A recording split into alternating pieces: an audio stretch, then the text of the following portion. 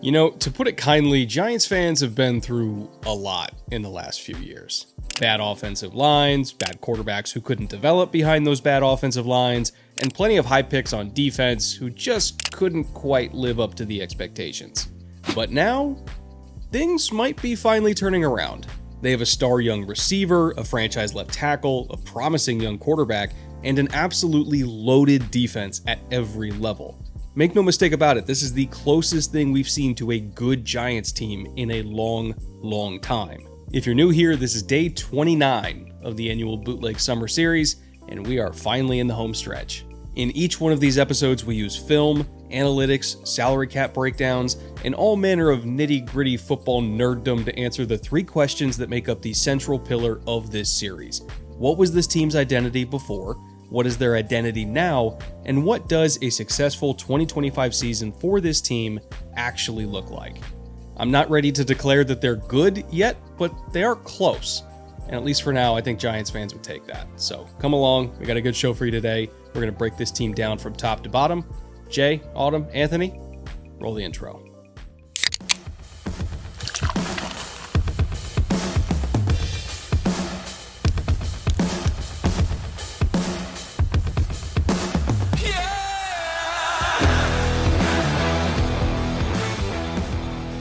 The New York Giants are that friend you know that finally broke up with their partner after the relationship has not been working for years. But it's not all sad. It actually might be better for both of them.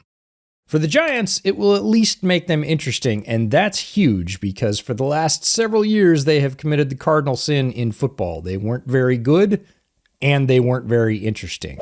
You can't be both and have your fans stick with you. This year, the team gets a fresh new start, and we'll spend the next hour talking about where we think that's going to take them now and into 2026. Brett, where do you lean on the breakup with the Giants? I'll tell you what, Each, not only do I think this team is interesting, I think they're must-see TV. I would even elevate them to that status because when I look top to bottom at this roster, it's probably the best roster the Giants have had in a really long time, and that includes the year they went to the playoffs. If we're looking at, trench talent on the offensive side and especially on the defensive side, like this team is way better in the trenches than they've been in the Dable era, even going back the last couple of regimes. This is at least an average offensive line. It's at minimum a top 5 defensive line in the NFL. I would argue it's the best defensive line in the NFL. They added DB talent. The linebackers are good. They have explosive weapons on offense. Like Tyrone Tracy had a great year. They added Scatabo to complement him. You still got Malik. Like top to bottom, this is a good football team. Like no bones about it. This is a good football team. Is it the deepest team? Not necessarily. Like if they take one too many injuries on the offensive line, which really means one injury on the offensive line, they might be in trouble, but they just kind of needed one more good draft and then acceptable quarterback play. And they were going to be a really tough team to beat. And I think they got both of those things in this offseason. So I'm psyched about the Giants, man. Like I'm in for the first time in a long time.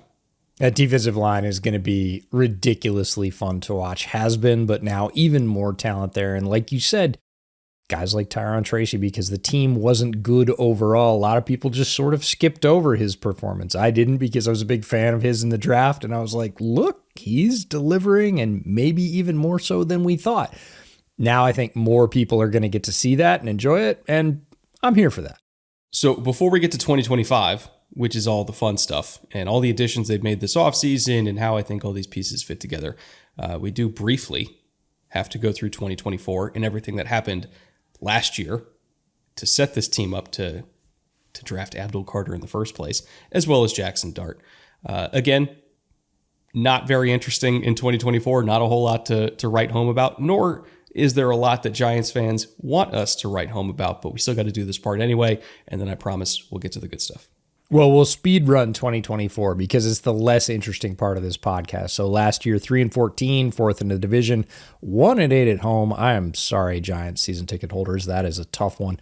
Road record, not much better, 2-6, even if you bought tickets on the road. Last 5 games, 1-4. Then we get to the power score, which is just how good this team was at playing football. And that's how well they ran the ball, passed the ball, stopped the run in the pass, scored points or kept others from scoring points. So passing offense, 31st. Rushing offense, 21st, slightly better. Pass defense, not good, 29th.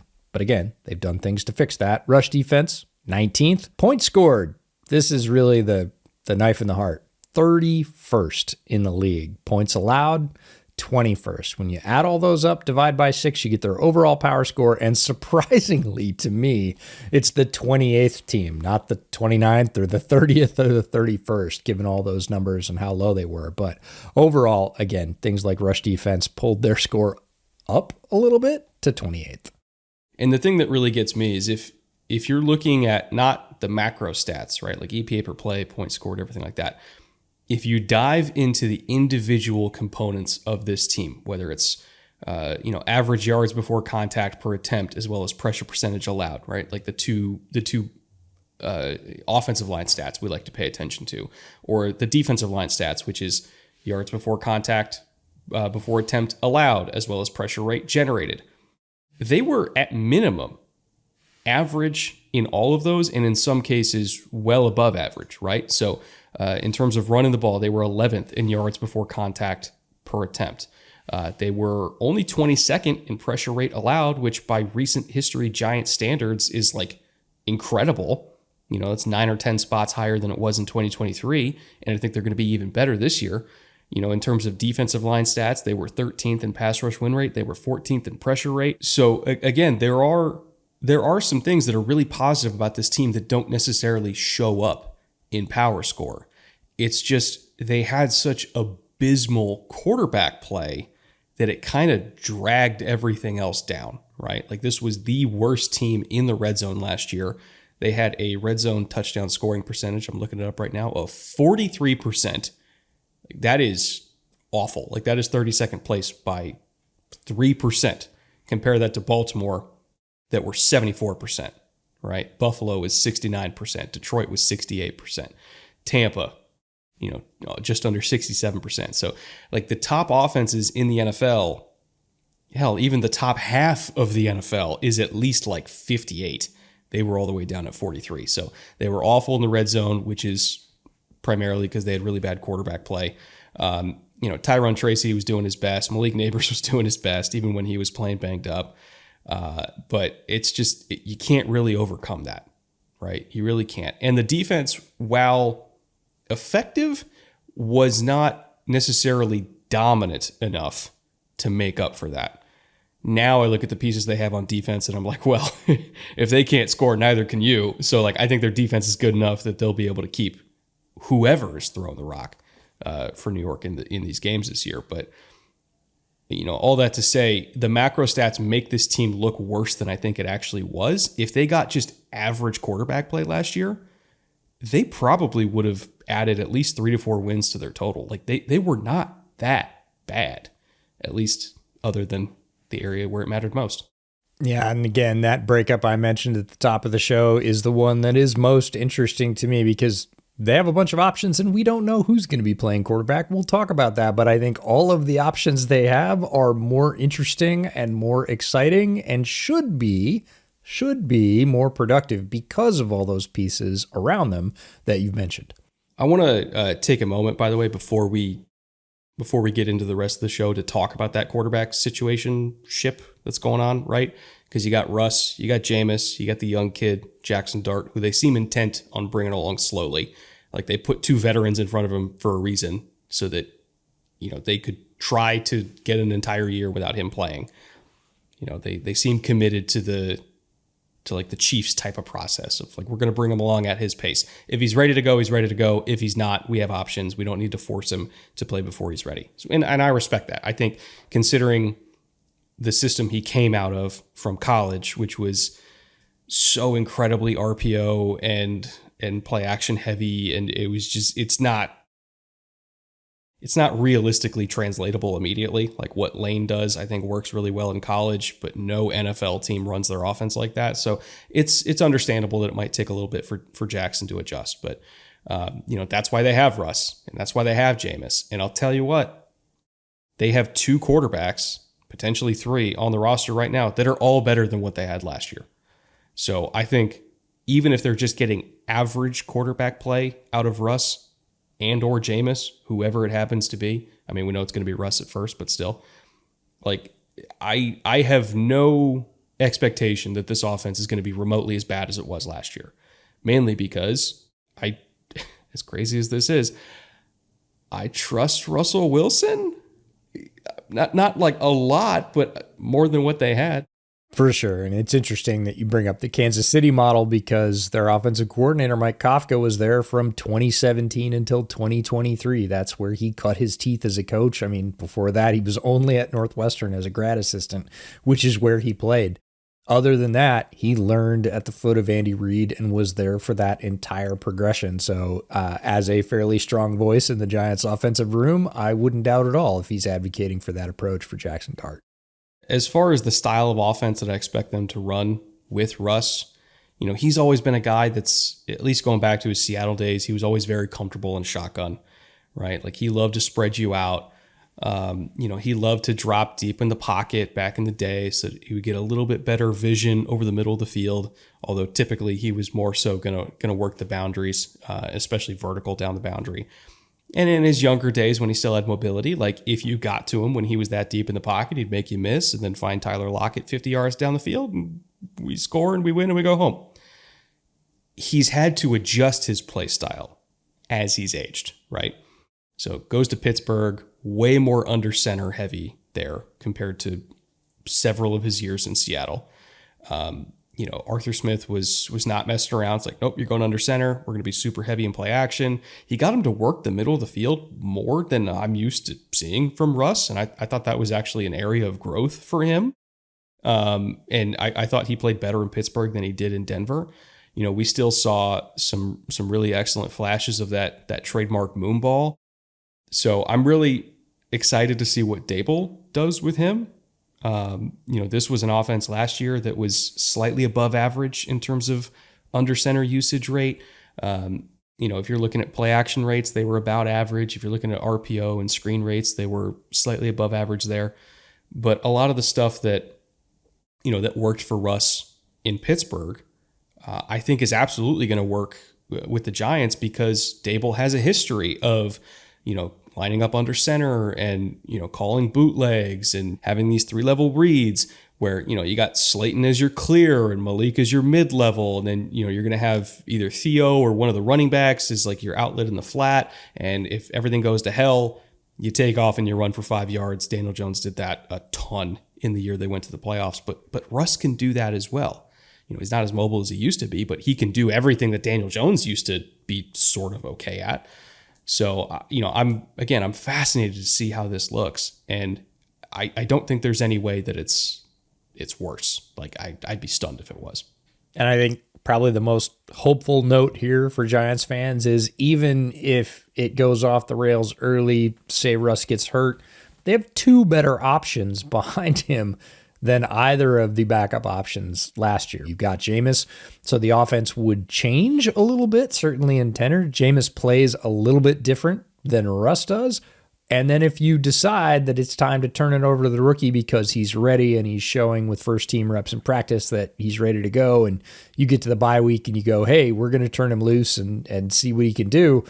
Both of those are better options than anything after Daniel Jones and maybe even before Daniel Jones last year. So this team at the most important position in football is in a much better state than it has been in years. I also want to talk a little bit about this defense as well, right? Because this overall was the 25th ranked defense last year in terms of EPA per play. To your point, if you're looking at pass defense and run defense, individually, they were the 29th rated pass defense in EPA per play. They were the 19th rated rush defense in EPA per play. And this team desperately needed an infusion of talent, particularly on the back end at safety and at corner. And they got that with Javon Holland and Paulson Adebo through free agency. They also brought in Kayvon Wallace. They brought in Roy Robertson Harris to just add even more to the defensive line room. And then, of course, you got Abdul Carter. And all of these pieces coming together, like no joke, I think they're going to go from 25th to at least, I'll be conservative, I'll say top 10, right? I'll kind of hold my water a little bit. I wanted to say top 5, but again, it's hard to go from 25 to 5. So I'll just say top 10. But I look at like top to bottom, the talent here. You're looking at a pass rush of up front, Brian Burns, Abdul Carter, Dexter Lawrence, Roy Robertson-Harris, Darius Alexander, who's another rookie we'll talk about later. You got linebackers behind them of Bobby Okereke and Micah McFadden. Your starting secondary when you're in nickel is Paulson Adebo, Tyler Nubin, Javon Holland, Deontay Banks, and Drew Phillips. Like, if your worst DB is Deontay Banks and everybody else on this defense is good, like, how can you possibly be the 25th defense again? I don't even think that's like an option unless they obviously take catastrophic injuries, knock on wood. But that is the personnel that allows you to do anything, like literally anything. You know, this defense last year was 9th in terms of man coverage rate, and I don't necessarily think they had the dudes to pull it off. Now they do, right? They were 11th overall in terms of blitz rate just because they wanted to do something to free up Dexter. Right? Because the more you blitz, the more that you force the guards to account for those blitzes, the more one-on-ones you're going to give Dex against centers. And like, they could either lean into it even more this year just to give everybody one-on-ones. Like, you got Dex, you got Darius, you got Abdul, you got Burns. Like, give them all a one-on-one and somebody's going to win. Or if they want to be more conservative and just rush with 4 and kind of tone down the blitzes this year because they have the talent to do that, that is also an option. So if we want to project like what their scheme is going to look like this year, it's whatever the fuck they want. Like, any call is going to work when you have these kind of guys. So that's honestly also one of the most fascinating parts of this team is I don't know what this defense is going to look like schematically. I know it's going to be good, but as far as like what Shane Bowen's going to dial up every single third down, I don't know, man. Like, world's his oyster. He can do anything. And that's the best possible place for any unit on any side of the ball to be, whether you're on offense or defense, is you don't know based on the personnel that's on the field what's going to happen.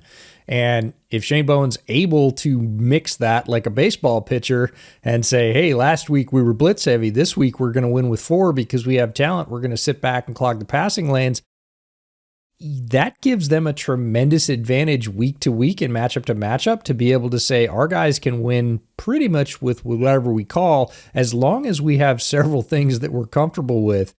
We can just let our guys go play and go play fast and expect that they're going to win. And as we've said several times during this series already, the best defenses are the defenses that allow their secondary to play man, have the dudes to do it, and have a pass rush to complement that. In evidence, the Giants. Like, we're looking at the raw materials to do that. If they don't do that, there's going to be a lot of pressure on the coaching staff for why not, because there is no shortage of high draft capital investment on this defense.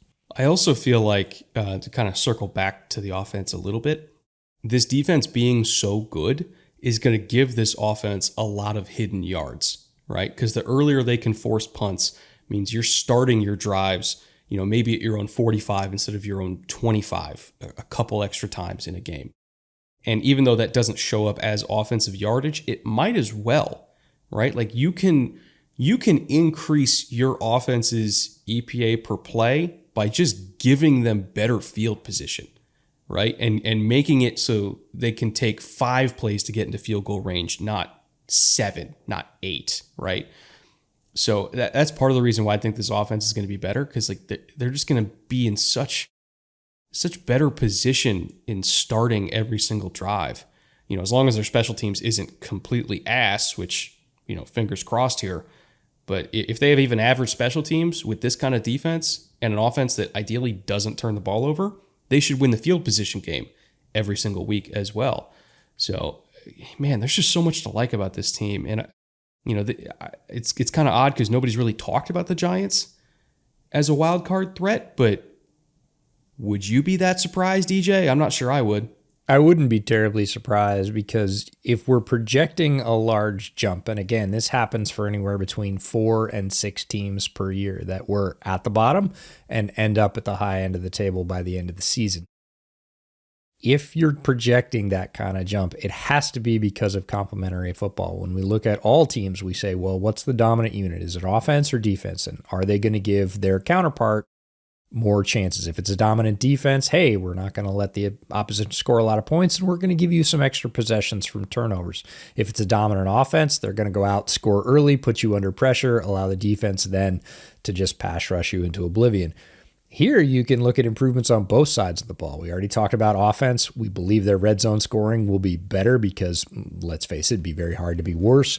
And we like the pieces they have and that they've added on offense. So if you're going down, completing those drives are taking longer, you have more plays, you're scoring more often, you're putting the defense automatically in a better position. If the defense is doing the same, winning the field position battle, causing more 3-and-outs, giving you an extra possession or two, and both sides are sort of rising up and supporting, that's when you get these kind of 15 or 20 point jumps that you see from teams, and everybody goes, how did they go worst to first? And the answer is, they pulled just the right levers on offense and defense, and we saw a 10-point jump. We saw a 15-point jump. We saw a jump to wild card from a team that only won maybe 3 games last year. To add on to this point, by the way, if you're looking at drives started in between the 40-yard lines, right? So typically it takes multiple drives to kind of work yourself into a field position where like you're backing them up towards their own goal line. You get a stop, they punt it out to midfield, and then you get an opportunity where you can get into scoring position in like 3 plays. As far as the total number of drives that start in between the 40s, it's a lot of really good defensive teams at the top, right? The Broncos were at the top at 26. The Browns also had 26. The Eagles were at 25. The Vikings at 25. The Texans at 24. The Ravens at 23. You see a pattern here, right? Great defensive teams give their offenses, manageable drive starting positions. The Giants were all the way down at 19th at 17. They were right next to the Titans and the Seahawks. And the Seahawks, they ended up having a pretty good defense towards the back half of the year, but in the beginning of the year, their special teams and their defense, well, especially their special teams. Dude, Titans and Seahawks special teams were both like low-key awful last year. So that also partly contributed to it. But, as you get towards like the bottom of the NFL, like the Falcons were 28th. The Jags were 10th. The Niners were 6th. So, I think this is a good stat to indicate how a defense can help an offense. And the Giants were, quite frankly, below average there. This year, I'd probably put them more up with the Vikings-Texans group. Yeah, and if they get that sort of balance, it's going to make everything easier on this offense for Russ or whoever is leading it. And that'll win you a lot more games. We talk about this over and over again during the year. We haven't talked about it so much during the summer preview series, but NFL games come down to a handful of plays. The talent level is usually even enough. The coaching, for the most part, I know it's hard to believe for some franchises, usually even enough that a lot of NFL games, the average margin of victory, not measured in points, measured in a few plays. And I'm talking about 4 to 6 plays. You're talking about 1 to 1.5 plays per quarter that you make that the opposition doesn't make. And if the Giants can make a few more of those on offense and a few more of those on defense, that's their 6 plays. Their win total is going to increase pretty dramatically.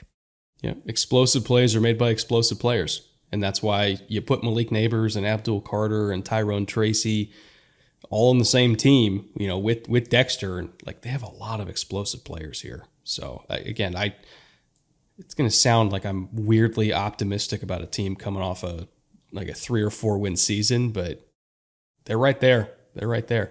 All right, let's get to the staff, the power structure that put this roster together. I don't know if we've ever praised them this much in one of these episodes, but they deserve it. Well, I talked about it at the top of the episode. It's going to be the theme, a fresh start for the Giants. And if anybody needed a fresh start after last year, it was Joe Schoen. Joe Schoen had a very rough campaign last year. The combination of Hard Knocks, looking behind the scenes, the Saquon trade, Saquon eventually winning the Super Bowl, it was all just not great optically. And then your team goes out and wins 3 games. That is a tough season for a GM to weather. This year, hope springs much more eternal for the Giants. Again, I think largely, it's going to sound strange, but Saquon winning the Super Bowl kind of tore off that Band-Aid. I mean, what else is there? That's as bad as it can get. You can't kill what's already dead, EJ. That's correct. And now we move on to greener pastures of 2025. And I think if anybody is thankful for that, it's especially Joe Schoen. Brian Daboll, still the coach, and I think is going to get to play in the sandbox a little bit more with quarterback talent that hopefully can execute his vision of an offense, because we've seen when he's had quarterback talent before, his offenses have been explosive, fun, interesting, high scoring even. We haven't seen that over his time in New York. We might get to see more of that this year. And again, that's just better football for Giants fans and really everybody else. Offensive coordinator Mike Kafka, again, mentioned him earlier.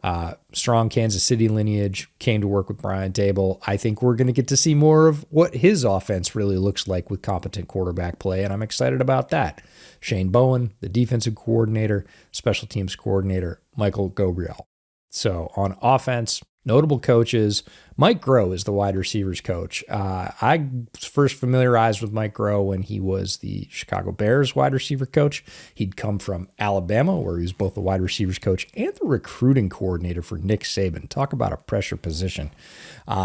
Since then, so Alabama, the Bears, the Rams, the Eagles with two different positions, wide receivers coach, and then he was the offensive coordinator in 2018, 2019, the Colts, and then the Giants. So Mike Groh has been around, worked with a lot of high-quality NFL wide receivers, certainly knows what he's looking at there, and now he's got Malik Neighbors to work with and others. I know we've only mentioned Malik for the most part so far, but this roster is not just Malik Neighbors as far as pass catchers. Ladell Betts is the running backs coach. Here's the throwback for you. Former NFL running back himself. I was going to say, that was last time he played was 2002? I'm going to Google this. It's been a bit. While you do that, I'll talk about the assistants, because here's some other names you might recognize. And by might, I put in air quotes.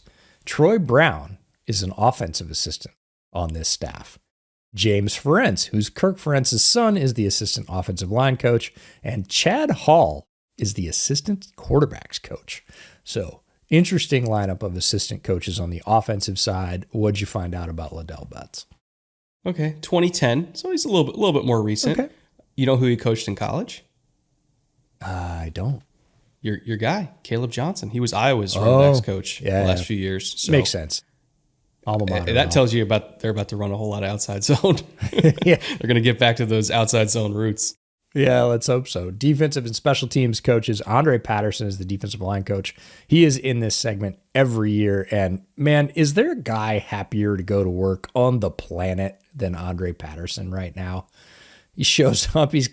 In his room, he's got Dex, Brian Burns, Abdul Carter. He's just like, I'm sorry, my job's great. How's your day? No, I don't need any coffee today. I'm feeling grand. A tremendously talented group who is going to need to bring that pressure to bear on the opposition, and Andre Patterson's the guy guiding them.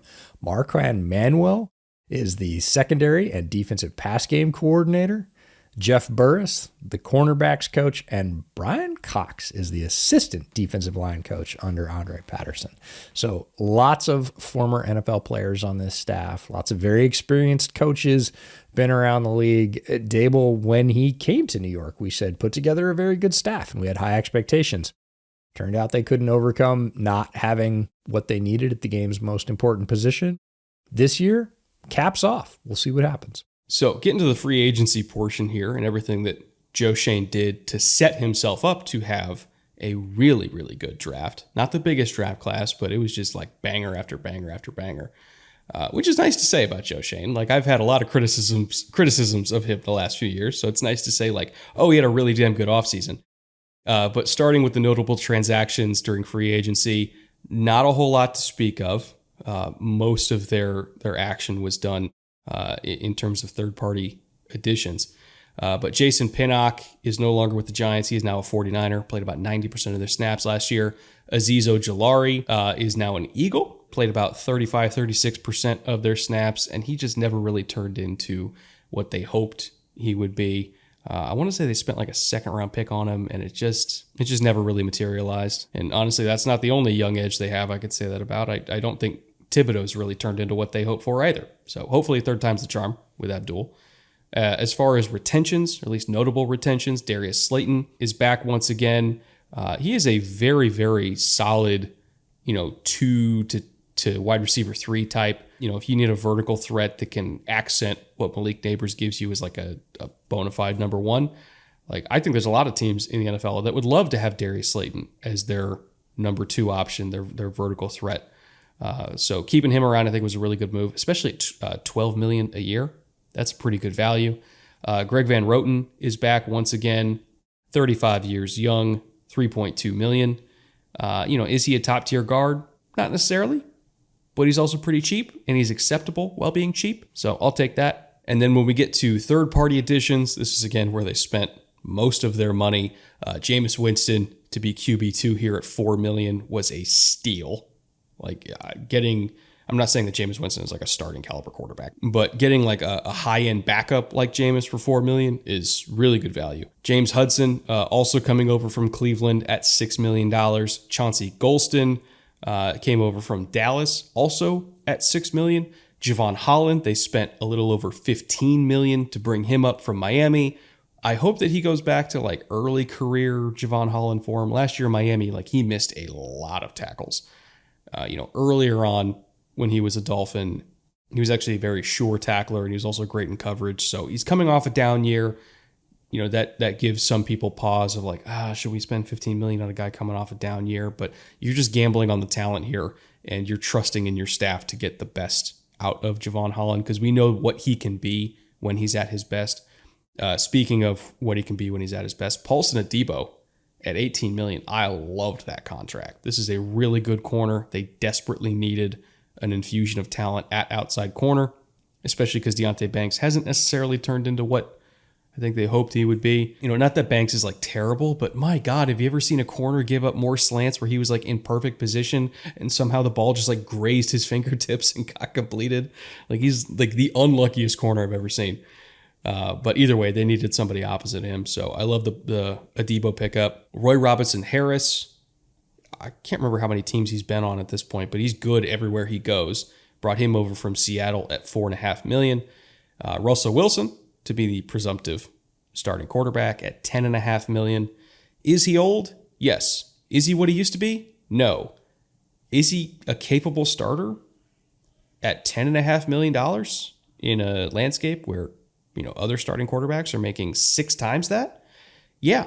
So, as far as production per dollar, that ain't bad. And we still got the kid waiting in the wings anyway. So, overall, this quarterback room, I'm in favor of it. And all of these moves collectively shored up the defense, made sure that there were still receivers on this team not named Malik Neighbors, and, gave Joe Shane as clean a slate as possible to go into the draft and ultimately take Abdul Carter. Financial flexibility. If you're starting quarterback duo is, and I do say duo, is taking up $14.5 million, and you have the veteran experience of Russell Wilson and Jameis, you're doing all right, and you're not spending a lot of money. There are mid-level starters throughout the NFL making $20, $25, $26 million. You're $10 million under that, and you have 2 options. So if one of them goes down, you're still getting competent quarterback play. That's an underrated move in several aspects by Joe Shane in terms of allowing you to then say, hey, we could take a chance on a quarterback in the draft. And in that draft, again, they were faced with a very interesting proposition, but I would say they were one of the safe teams. There were about 4 players at the top of this draft considered blue chip prospects. They were sitting at number 3. They certainly fielded trade calls and decided ultimately they would stay put, take Abdul Carter, the edge out of Penn State, extremely gifted pass rusher. The easy comparison was to Micah Parsons because of the physical traits and size, the explosiveness, and the fact that he hadn't hit his ceiling at Penn State. There's more there in terms of untapped potential, and adding him to this defensive line rotation is actually, ironically, why most people thought the Giants wouldn't take him, because look, we've already got this much invested in the D-line. Yes, Abdul Carter's there, but, can't we get some other talent? And at the end of the day, Joe Shane and his staff looked at the board and said, yes, we can get other talent, but we can't get any talent at the level of Abdul Carter at this pick. We're just going to pick good players and move on from there. We'll do what we need with our picks after that. I think that was the correct choice for the Giants at the top of this draft, and I think it's going to pay dividends for them for years because Abdul Carter has game-changing talent.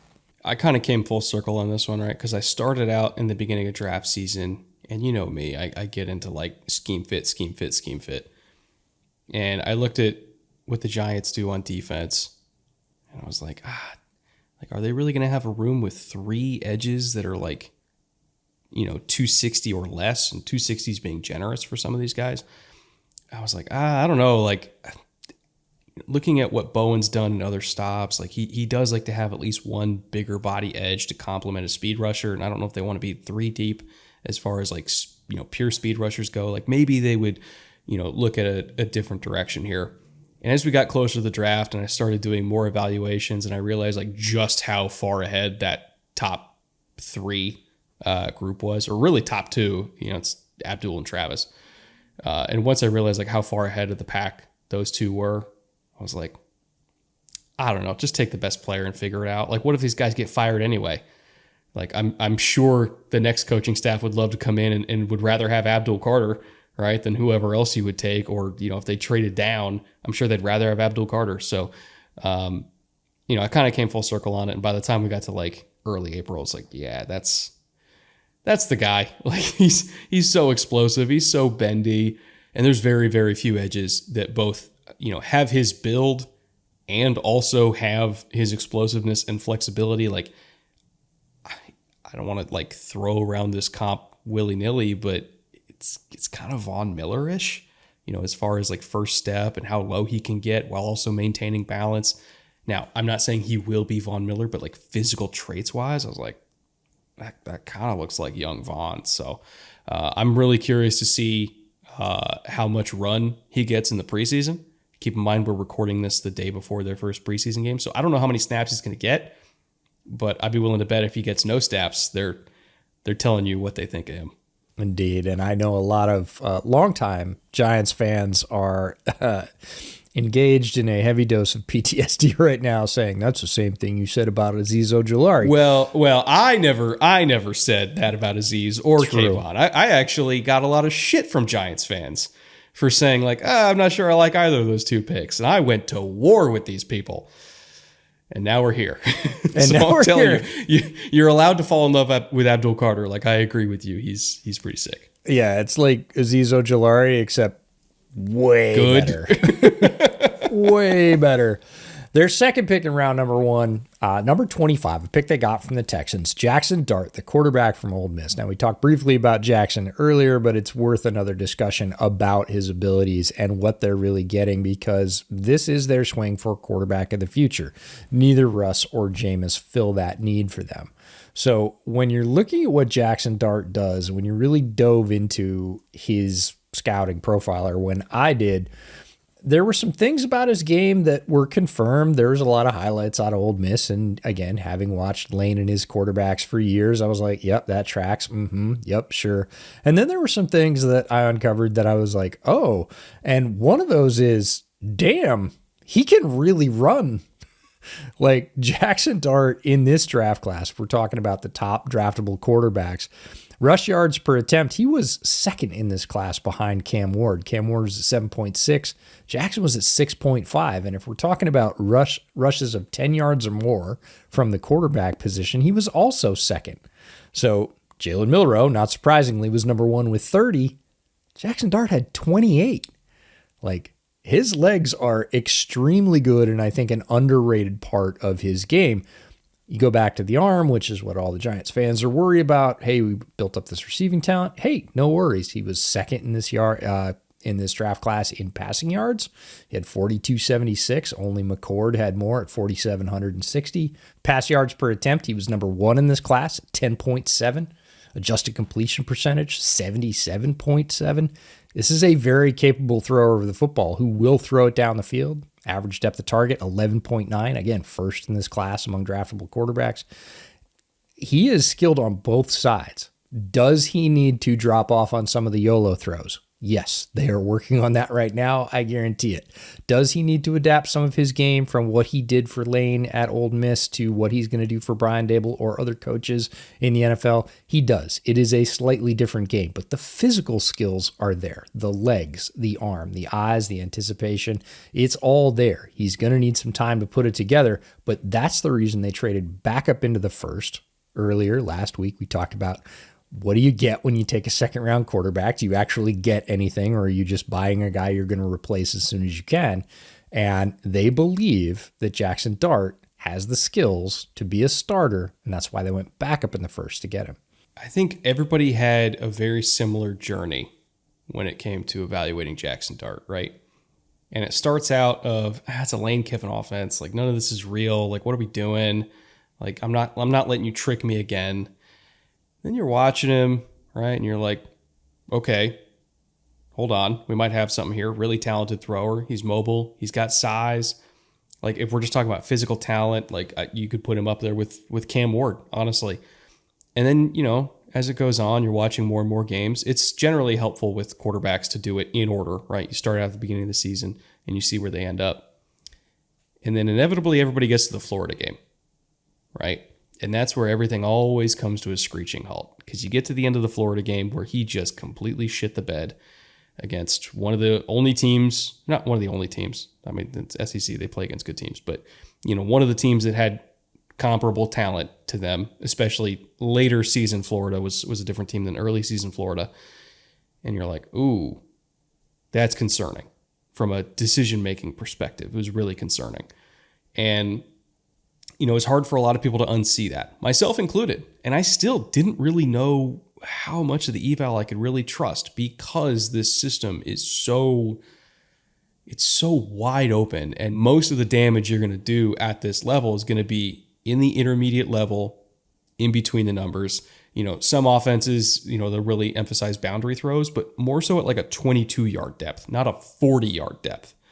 So it was tough to project like how an offense that was so heavy in A, shotgun, B, RPOs, and C, play action. Not that play action doesn't work at the NFL level, but it was also a different kind of play action, because play action from the shotgun doesn't really affect the defense as much as play action from under center, nor is it as hard to execute for the quarterback, because you're not really turning your eyes to the defense either. So a lot of it was just like, I don't know how to make this work at the NFL level. And you're really trusting in the coaching staff when they're sitting down and they're going through everything that you and I are not privy to, right? How does he interview? How is he on the board? What does he understand? When you're doing private sessions and you're really evaluating the actual translatable skills that we don't get to see on tape, how does he do? You and I, we have no idea. For all we know, if we were in the same position as the Giants, we'd be like, oh yeah, we're in. Like, we'll take that. Because there are quarterbacks that come out of college from systems that, haven't typically translated. Whether it's like the Texas Tech air raid and all of a sudden, oh wait, no, yeah, Patrick Mahomes is one of the best ever. Like, we've seen it happen in the past where sometimes quarterbacks are just good regardless of the offense they play in. And there's no telling if Jackson Dart is one of those guys, but without being in the room, being there for the interviews, being there for the workouts, being there for, when they're installing stuff with him and then they're making him spit back out the information immediately. Without being there, we have no idea what he looks like in that context. So all we can really do is just trust the Giants know what they're doing and say, like, maybe it'll work. I'm not going to say it won't work, because I'm not arrogant enough to think that I know more about this than Brian Dable. But we just don't know. We don't know. And I'm rooting for him. I really am. But I got no idea. Another thing that is a solid green check mark for me in Jackson Dart's category of wins is he's incredibly tough. He got destroyed in the Georgia game. Like, his leg got messed up. He probably should have been out of the game. And he just played on one leg throughout the next 3 quarters. And really at the end of that game was battling and had them right there. he probably shouldn't even been standing on that thing. He's going to need that toughness in the NFL. It's a long season. You're going to take hits no matter how good your offensive line is. It is an underrated quality that all good quarterbacks need. I was reminded this week that Pat Mahomes has missed 6 games in his career. Yeah, and I think they were all from the same thing, which is when they did the sneak and he dislocated his kneecap. And I think he came back in the same season, and he's never done a sneak again. But I don't think he's missed anything since. And he's had his ankles destroyed 3 times. Yeah, speaking of guys who have limped through games, and you got to be out there if you're going to make a difference for your team. And Jackson Dart has that quality in his game, which I think is really important. Round 3, pick number 65, Darius Alexander, the DT from Toledo. Big, tall, long, strong, not necessarily the fastest, but I loved his Senior Bowl week. And sometimes when you're looking at Senior Bowl week, it's fool's gold. It wasn't fool's gold. He was going against top players in the country and whooping up on folks physically in a way that does translate to the NFL, with strength, with push-pull, with the ability to compress. We talked that the Giants have all these speed rushers. Darius Alexander is not that. He is your tall, long-arm power rusher, and he can get it done that way. Don't look at Toledo and think, oh, he should have been somewhere else if he was a better player. Darius Alexander is going to be an underrated add for this defensive line for all of those reasons, and because he brings something else. I'm not going to say different, because obviously Dex can compress a pocket better than anybody in the NFL, but he's going to add that quality where they really need it. Outside of the obvious, which is Abdul Carter, I think that this was my favorite pick that they made. If we're looking for impact players late on day 2, which is not necessarily easy to find. We all love 3rd-round picks, but how many teams just basically light their 3rd-round picks on fire every single year? Looking at you, San Francisco. This is one of those 3rd-round picks that I think is special. If you're looking at how explosive he is, how much pop he has in his hands, you put him at 3 technique next to Dexter Lawrence, and the inside of that pocket is getting crushed. There is nothing you can do against that duo. He is so powerful, just incredibly powerful. And even though he's not, super bendy, his first step, or not first step, but his, that first step when he kind of moves laterally and he's going for that arm over, his ability to cross face, lateral explosion, I guess is the best way to put it. That is what's really impressive with him. And it's very similar to, I would say, Derek Harmon, who went obviously way earlier in the draft, but Harmon wasn't super bendy either, but he could cross your face really quickly and just immediately flash into the backfield. And I think Darius Alexander has that to his game as well. He might even be a slightly better finisher than Harmon. And, that was my big criticism of Harmon, is he would get there and then he would just he didn't have the ability to contort himself to finish the job like, say, a Walter Nolan does. And I think Darius Alexander contorts himself even a little bit better than Derek Harmon does. Honestly, when I was going through and doing my mock draft, I considered putting him at KC at that 31. I was a huge fan of Darius Alexander. So to see him slip all the way to the 3rd round, that was one of the bigger surprises for me on day 2. Not that him going on day 2 was that shocking, because I knew I was higher on him than most, but I didn't think that he was going to go all the way at, pick 65. You never could have convinced me that was going to happen before the draft. So I thought that was tremendous value. I think he's a really good player, and unfortunately he's in a D-line group there that might keep him off the field more than if he was at most other destinations. But when he gets on the field, he's going to be impactful. He's going to be fresh. He's going to make a difference. And I'm with you. I did not think he was a round 3 pick, a day 2 round 3 pick. I would have said day 2 round 2, and you can't sell me on lower. I don't believe you. So when he was still there in round 3, very good get by the Giants. As we look back on the first 2 days for the Giants, this is a terribly strong start. Abdul Carter, Jackson Dart, and Darius Alexander. Now, as we move into day 3, they still have a round 4, a round 5, and 2 round 7 picks to go. In round 4, they end the slide of one Cameron Scadaboo, the running back from Arizona State. And I think there was a lot of overthinking it with Cam Scadaboo, and saying, he had all this production, but I really don't think it's going to translate to the NFL. Maybe it's scheme or, he ran a little bit slow, not terribly slow. And again, he is not the fastest guy on tape, but he definitely has functional speed. And as we get into all the things that Cam Skattebo is really good at, these are the things I think people just kind of overthought at this point. So second in attempts behind only Ashton Jeanty. Second in rush yards behind Ashton Jeanty. Missed tackles forced. Second behind Ashton Jeanty. Ashton Jeanty. Yep, there you go. 5.8 yards attempt, 21 touchdowns. This is the one that kills me. Yards after contact. 1,202. Jesus, come on. Right. That's a great season by any running back, by the way. Just the after contact. Even if you had the best offensive line in the country and didn't get touched for an average of like 5 yards a pop, that would be an amazing season. So average yards after contact per attempt, 4. So he's getting 4 yards, right? You could just run him 3 straight times, and just his yards after contact get you a first down. Forget the yards before contact. That's ridiculous. Then there was the receiving part of his game that not a lot of people talked about. Second in receptions among top backs in this class. First in receiving yards, 543. Yards per out run, one of my favorite stats for wide receivers, not one I typically look up for running backs.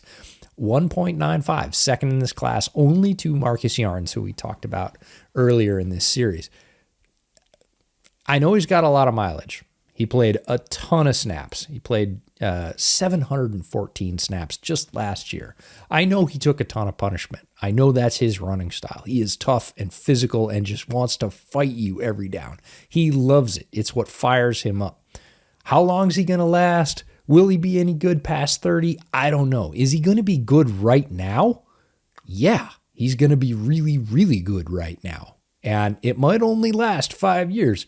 Enjoy it while you get it, because he is going to give you everything, every ounce of who he is on every one of those runs for all 5 years. And Giants fans are going to love him for it. I got 2 words for you, EJ. Ahmad Bradshaw. I'm not saying he's built exactly the same. I'm not saying he has like the exact same height, weight, speed. But as far as setting the tone, right, and attitude and physicality, like Ahmad Bradshaw was an asshole. And I say that with all the love in the world. Like, he was an asshole when he was running with that ball. And I think Skattebo's the same way. Like, he is so vicious, like truly, truly vicious with the ball in his hands. And, Bradshaw was a big part of setting the tone for that offense in the late 2000s when they went on those Super Bowl runs. And, it was him and Brandon Jacobs, and they would just beat you up, right? And there's a lot of echoes in this team. Strong D-line, strong pass rush, a backfield that's full of piss and vinegar. Like, I don't know, man. It worked before. Again, I'm not saying they're going to go on a Super Bowl run right now, but like, there's a lot of similar elements from those teams in this one. And the Skattebo pick, it hit me like a bolt out of the blue. Like, as soon as that came through, it's like, oh, there's their Ahmad Bradshaw. There's their asshole in the backfield. I love it. Yeah, and again, if we're stacking them, Carter, Dart, Alexander, Skattebo, you could do a lot worse. Round 5, number 154, pick they got from the Seahawks, Marcus Mbow, guard from Purdue. I thought he would go earlier. Again, as I got to my sort of late draft evaluation of Marcus Mbow, I went, oh, okay. I was high on the super high things. He is incredibly physical. He's not as polished as I thought. He's not as good in pass protection as I thought. But again, if you want an ass kicker on the offensive line with untapped physical potential, all right, I see your 5th round. A lot of people told me he's going to go in the 5th or 6th round. I was like, no, you're wrong. He's a 3rd round guy. He's a 4th round guy. I think this was appropriate value. This is where I kind of settled on him, maybe a little bit earlier, but I thought it was a great get in the 5th round for them. And this is one of the guys that I think you and I disagreed on the most when it comes to prospects, because my evaluation was, I'm not even kidding, the exact opposite. I thought he had really poor core strength. I did not see him as a tackle because, when guys are out there and they have a runway against him, he gave up speed to power so easily. And, I thought he was one of the more undersized, quick kind of guys where he really more fits in, again, theme of the day, outside zone, because he's really good at cutoffs and, picking guys off in space. But I did not see the strength personally in my evaluation. And so I thought he was more of a guard because there's less runway there. And I think it would hurt him less if guys were more immediately engaged, and then he could just try to wrestle with you. So 5th round made sense for me personally, but I also know that I was way lower on him than most other people, and I think I saw him way differently than most other people. But I think, the position that he ended up at and the spot that he ended up at, I think it's good for his career going forward. Yeah, I think it's important to note that it's strength in two different planes. As a pass protector, he did not, God, pardon the pun, bow up. But as a run blocker, when he got out on the edge, he was aggressive and would turn people to the ground. And so somebody might say, well, if he has strength as a run blocker, does he not have strength as a pass blocker? The answer is no. It's two different kinds of functional strength, and he needs to develop more strength in the plane that you're talking about, which is as a pass protector, to be able to take on people with a head of steam, bow up, bend his back, strain, and just hold them without being pushed into the backfield. Whereas if you give him a runway on the outside, he was a bully. He played the run game like a bully. So I think he'll fit right in on the Giants line. One of your favorites coming up, round 7, pick number 219, Thomas Fidone II, tight end from Nebraska. Talk about Fidone, because you were, I think, earlier and higher on Fidone than just about anybody I knew. I'm obsessed with him, man. Like, how many tight ends do you think at the college level their offense would willingly send them at Tyleik Williams one-on-one and say, Thomas, go handle Tyleik, and you better win your block? And they did. It might just be, honestly, one, and it's Thomas Fidone. Like, is he the biggest guy? No, but my God, he can block. Like, he is so physical. I love his effort. From a technical standpoint, like he's a great technician as a blocker. I don't want to throw out the George Kittle comp because, Kittle's ascended to a point in his career where it's like, okay, you gotta be careful with that one. Yep. But as far as like how Nebraska used him, they used him like the Niners used George Kittle, which is a problem solver. Like, they can put him one-on-one against an edge. And like, he went to war with JT Tuimoloau from Ohio State, who's a fucking horse. And, they had a draw one-on-one out there, which I consider that a win if you're a tight end. If you can get JTT to a draw, like on the goal line and short yardage, like I was like, that's insanely impressive. And then also, again, Tyleik Williams, who's a man-child himself. Like, the Ohio State game from a run blocking perspective was like all I needed to see. And also, like, he's a really talented pass catcher too. Once upon a time, he was one of the most highly recruited tight ends in the nation. Like, I was actually surprised Jim Harbaugh didn't draft him earlier, because Harbaugh recruited him very heavily. So I'm a big Thomas Fidone guy. I don't know how many snaps he's going to get as a rookie, because I do think that, this staff really likes Theo.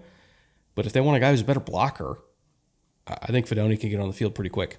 Yeah, I hope his knees hold up, because he does have an underrated pass-catching upside, but was eye-opening at his size, which is only 243 was his listed draft size, how well he could torque people, how well he could use leverage to turn much larger players out of running lanes, and definitely of value when you're talking about a 7th-round pick. So many people think, oh, these are just throwaway picks, nothing better than a special teamer.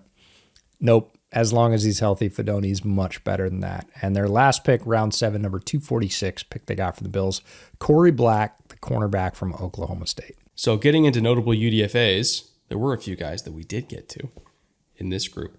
For me, Juice Wells, the other Ole Miss receiver, I think there was like 3 of them in this draft.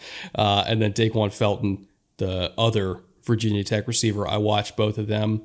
I was a fan of Juice. I thought he could have got drafted on day 3.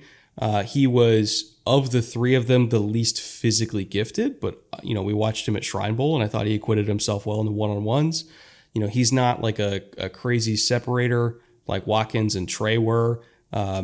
But as like a number 4, like I think he could make it in the NFL as like a number 4, maybe a number 5, strong hands, solid build. He can do some dirty work over the middle, got a little bit of wiggle after the catch. Again, you don't expect a whole lot from him, but you could do worse for a 5, right?